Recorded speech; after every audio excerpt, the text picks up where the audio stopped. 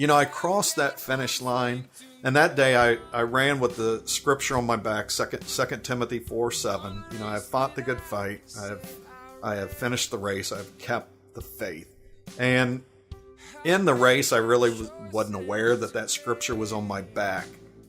But when I crossed that finish line, I knew that this whole running thing was about to take on something really different, something that wasn't about me.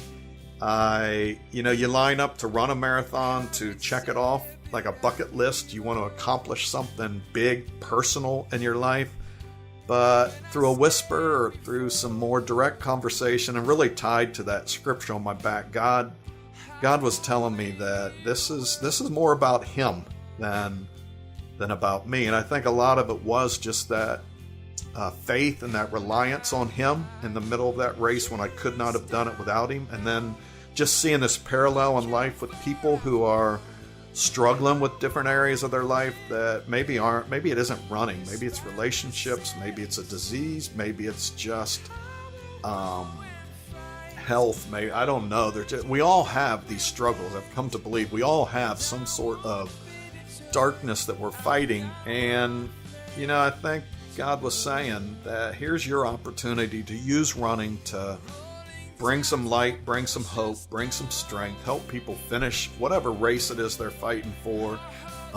Bring them this fight that you have found in running through whatever it is, stories, interviewing people like you, Jody, who share their passion and their fight for different people and different causes. If we can bring that to other people, that's what God was saying, very much in line with what Paul was saying to Timothy in that letter when he shared that scripture. He was telling Timothy, hey, you're in for a long road, buddy.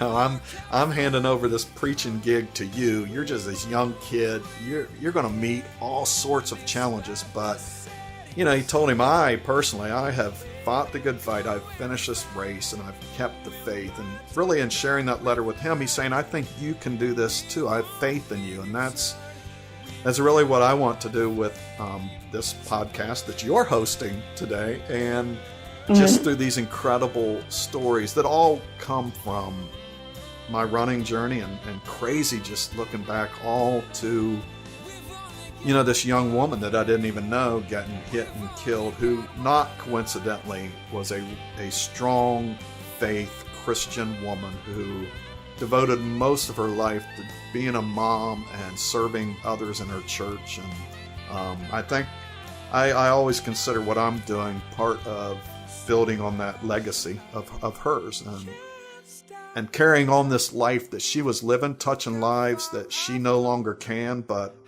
very symbolically running ahead with that spirit of hers and running ahead with that spirit of giving. I always consider it an honor to be able to do that. I won't be deterred. I've got one flame to burn.